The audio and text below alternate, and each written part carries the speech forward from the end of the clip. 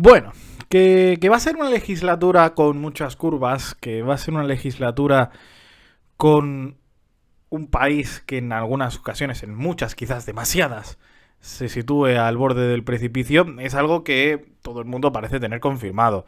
Que las mayorías parlamentarias no lo son tal y que todo es demasiado volátil, también. Por cierto, lo que parece claro es que ni PP ni PSOE van a aflojar en esta legislatura sus tonos críticos, polarizantes y, en algunos casos, vergonzosos.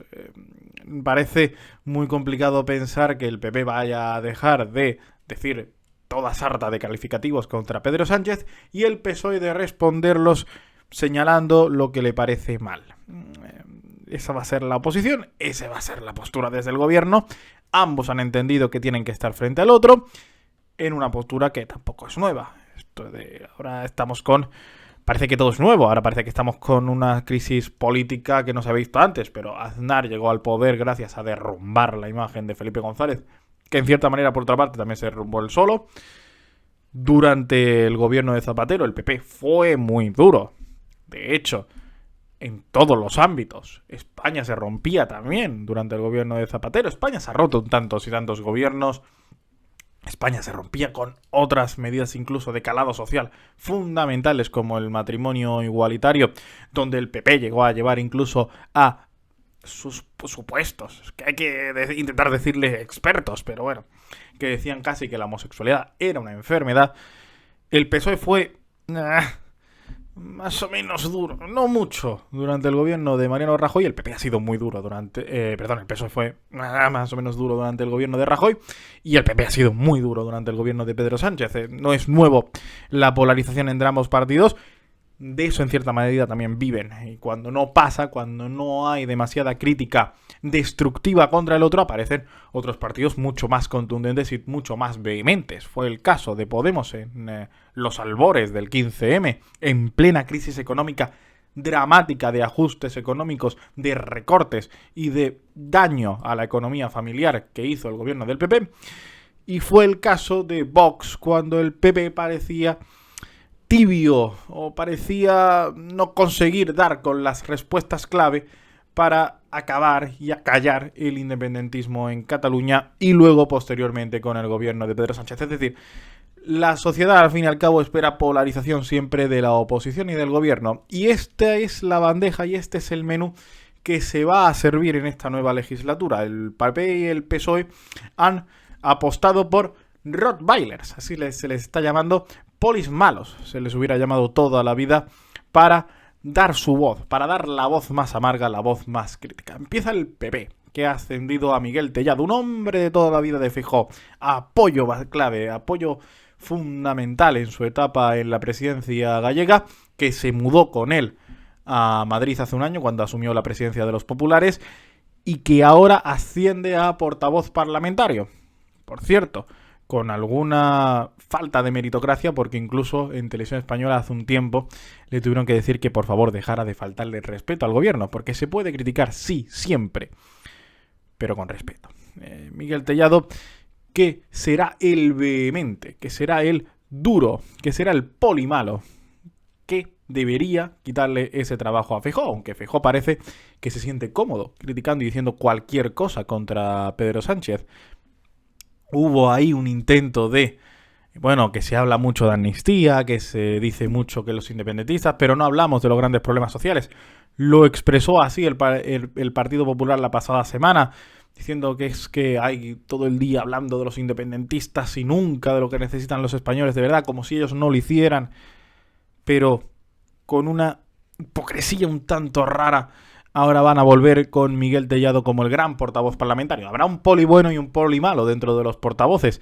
Será poli bueno, entendemos, Borja Semper, una figura de bastante prestigio, de bastante incluso cercanía con la izquierda, que sería lo normal, que debería ser lo normal en cualquier democracia, no es nada raro. Y con una figura más contundente, crítica, como Miguel Tellado, que estará apoyado por dos grandes polis malos de las historias parlamentarias del Partido Popular, Cayetana Álvarez de Toledo y Rafael Hernando, que ya han tenido durante los gobiernos populares, durante los mandatos populares de Casado y Rajoy, ese papel de poli malo principal, ahora serán polis malos de apoyo.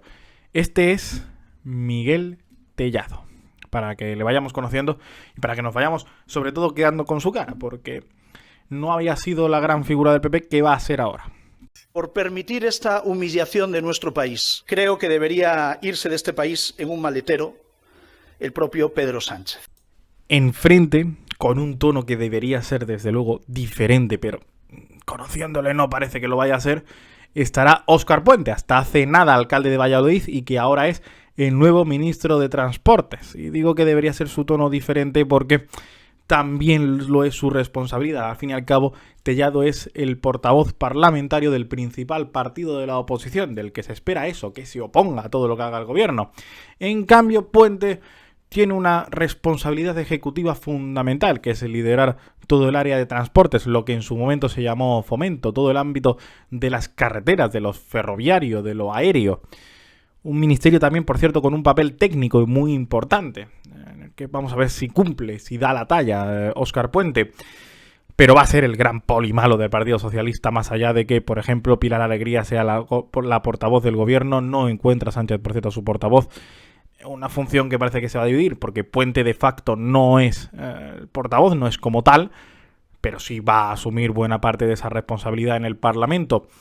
Ya fue polimalo durante la investidura de Feijóo, investidura fallida, donde Pedro Sánchez no quiso intervenir para quitarle todo el valor, quitarle todo el peso que pudiera tener tal debate parlamentario de una, por cierto, importancia trascendental. Ahí se equivocó Pedro Sánchez claramente, porque aunque se supiera que la investidura de Feijóo no iba a llegar a nada, una investidura siempre es un proceso legítimo y que requiere de esa legitimación. Ahí lo que hizo Pedro Sánchez en cierto modo fue deslegitimar el intento de Feijóo de ser presidente del gobierno, que ya digo, sabíamos todos que iba a ser fallido.